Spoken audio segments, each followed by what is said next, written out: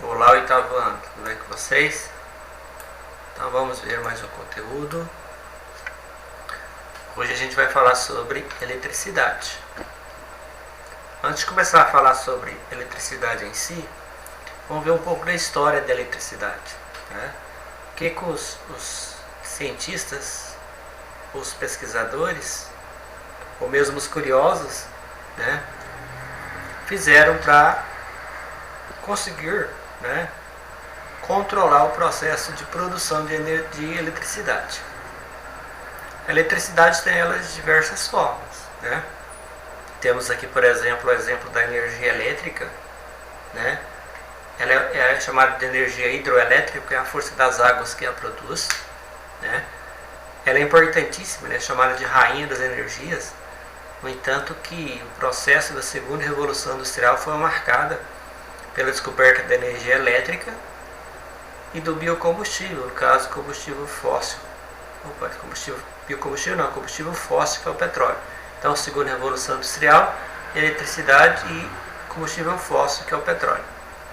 Então, vamos lá ver um pouco desse processo histórico da eletricidade. Como se deu, como se fez. Como começou a história da eletricidade?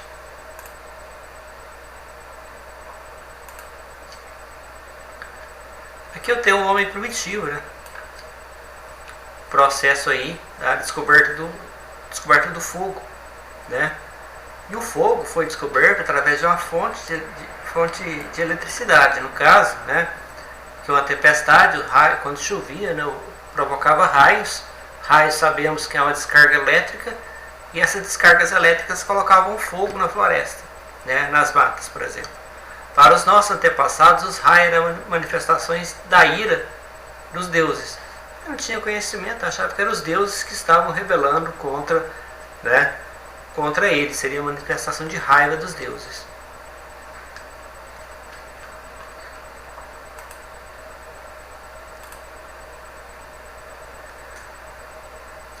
Âmbar significa elétron.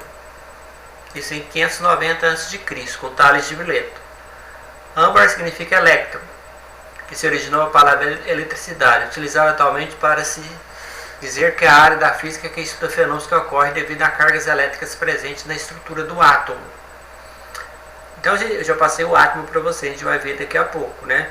Então a contribuição, essa foi a contribuição de 519 a.C., com Tales de Mileto, né? Curiosidade, era por curiosidade.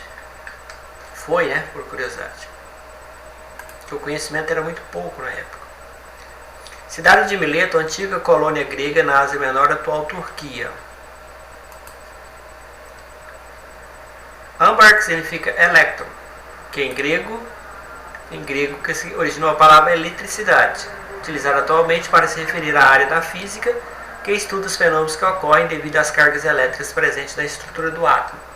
Gente, essa física aí é conteúdo, é uma disciplina lá do ensino médio, tá bom? Porque no ensino médio a ciência ela vai se desfazer em três partes: física, química e biologia.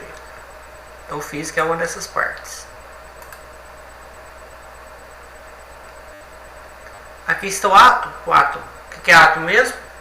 É a menor parte da matéria. O átomo, né, é uma estrutura muito pequena, tá? A menor parte da matéria. E vocês já copiaram algo que a estrutura dele é essa aqui, ó. Prótons, elétrons e nêutrons. O que é isso? Nêutrons são cargas neutras. Ele está lá no núcleo, tá? O núcleo é formado por prótons, cargas positivas, e os nêutrons, carga neutra. Os elétrons, carga negativa. Ele fica de fora da eletrosfera do núcleo atômico, tá? Então essa é a formação da estrutura do átomo. Ele é formado por prótons, elétrons e nêutrons. Elétron, carga negativa, prótons, carga positiva, e nêutrons são sem carga, tá? Lembrando lá nas anotações de vocês que os nêutrons e os prótons no átomo, eles continuam os mesmos. O que muda são os elétrons que a eletrosfera em volta. Aqui é o átomo do gás hélio.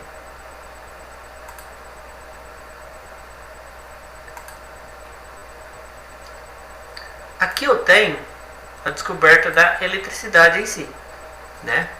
Benjamin Franklin, 1706, 1790.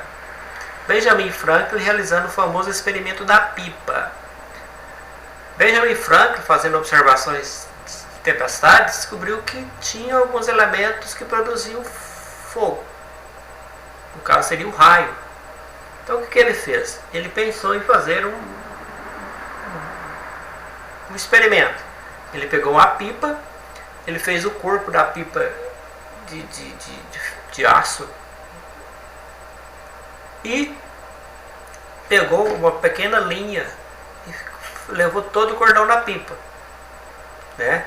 E foi soltar a pipa na hora da tempestade. O que ele descobriu?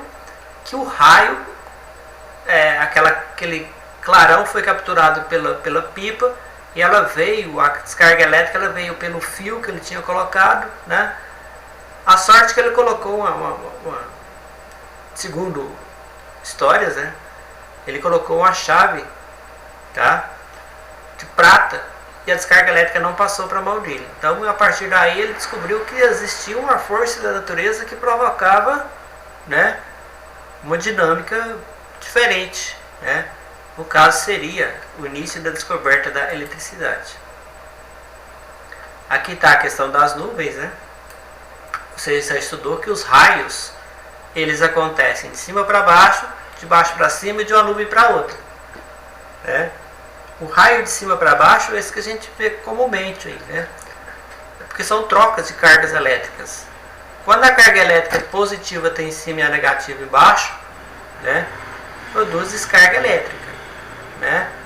E essas descargas elétricas do raio ela é feito com troca de carga elétrica, positiva com negativa, né? E acontece um processo de descarga e cai o raio, né? O raio ele é mortal. É uma força da natureza, né? Interessante e assustadora ao mesmo tempo.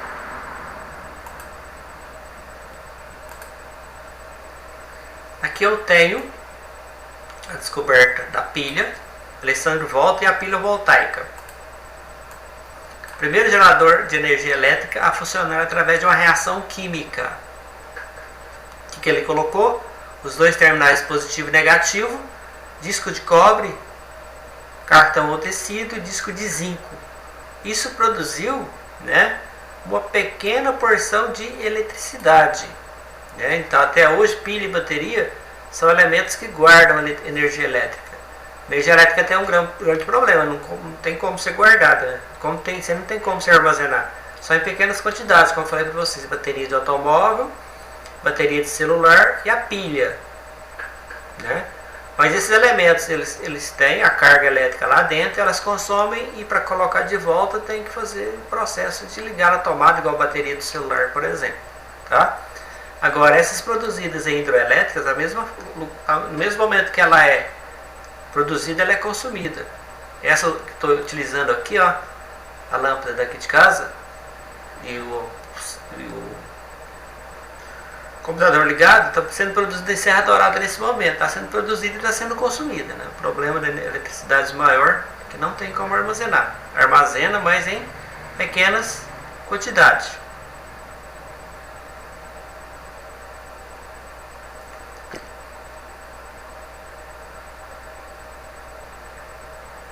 Então, vamos lá. Pilha voltaica, ano de 1800. Aqui já está mais, né? Isso aqui, ó, 1800, século XIX. Aqui está a tabela periódica, eu já mostrei para vocês, né? Todos os elementos químicos estão aqui, tá? Foi proposto por Mendeleev e ele reestruturou essa tabela periódica, e com o passar do tempo foram colocando mais elementos químicos aqui. Cobre e o zinco. Pilha de 2016, já está mais bem produzida, né? Positivo, negativo, a direção da carga elétrica vai do lado positivo para o negativo, ela vai circulando aqui dentro, ó, e produzindo, caso for ligado numa lâmpada, produzindo luz. Tensão elétrica, Tensão elétrica, o diferencial de potencial, que é DDP, é a diferença de potencial entre dois pontos. A tensão elétrica também pode ser explicada com a quantidade de energia gerada para movimentar uma carga elétrica, cargas positivas e negativas. Movimentação dos elétrons. Os elétrons circulando aqui, ó, dentro do condutor. Tá? Ele está vindo, passando, indo, passando, voltando, né, e circulando aqui. E consumindo energia dessa pilha. Corrente elétrica. Nos condutores de eletricidade, os elétrons na última camada, elétrons livres, estão fracamente ligados ao núcleo. Então, quando conectamos um fio condutor a uma bateria gerador, os elétrons livres iniciam o movimento através do condutor, indo do polo de menor potencial, que é o negativo, para o de maior potencial, que é o positivo. Ele vai do negativo ao positivo circulando.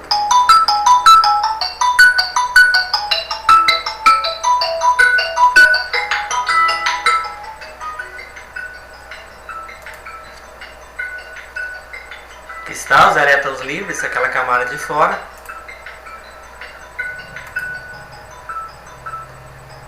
Condutores. São chamados de condutores aqueles materiais onde há possibilidade de trânsito de corrente elétrica através dele, como, por exemplo, o cobre.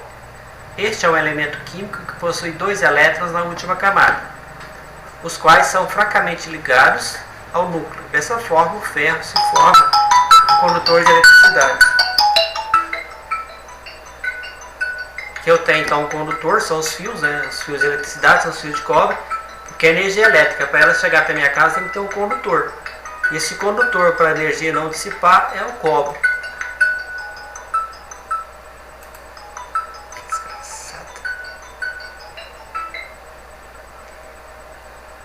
A animação, o processo de corrente elétrica.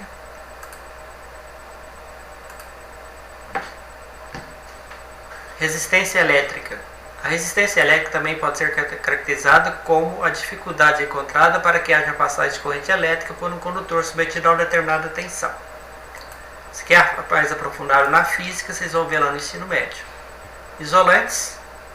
Nesses materiais, os elétrons estão fortemente ligados ao núcleo atômico, ou seja, eles não possuem elétrons livres ou a quantidade é tão pequena que pode ser desprezada. Dessa maneira, não permite passagem de corrente elétrica. A borracha, a madeira seca, né? Talvez o vidro. Não há permissão de passagem de corrente elétrica. São isolantes, na verdade. Magnetismo. 6 a.C. A história do magnetismo sempre correu paralelamente à história da eletricidade. E num dado momento, elas convergiram com o surgimento de eletromagnetismo. Conta a lenda que um fenômeno magnético foi observado pela primeira vez na Magnésia, região da Grécia Antiga. Um pastor de ovelhas teria notado, entre surpreso e curioso, que a ponta de seu cajado de ferro ficava presa quando encostava em determinada pedra, um pedaço de magnetita, que por sua propriedade de atrair e constitui um ímã natural. Michael Faraday. Geração de energia elétrica por indução.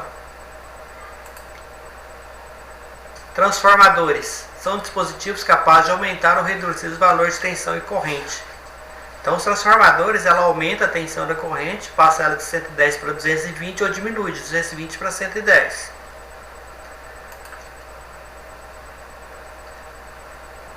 Então, por hoje é só. Até a próxima.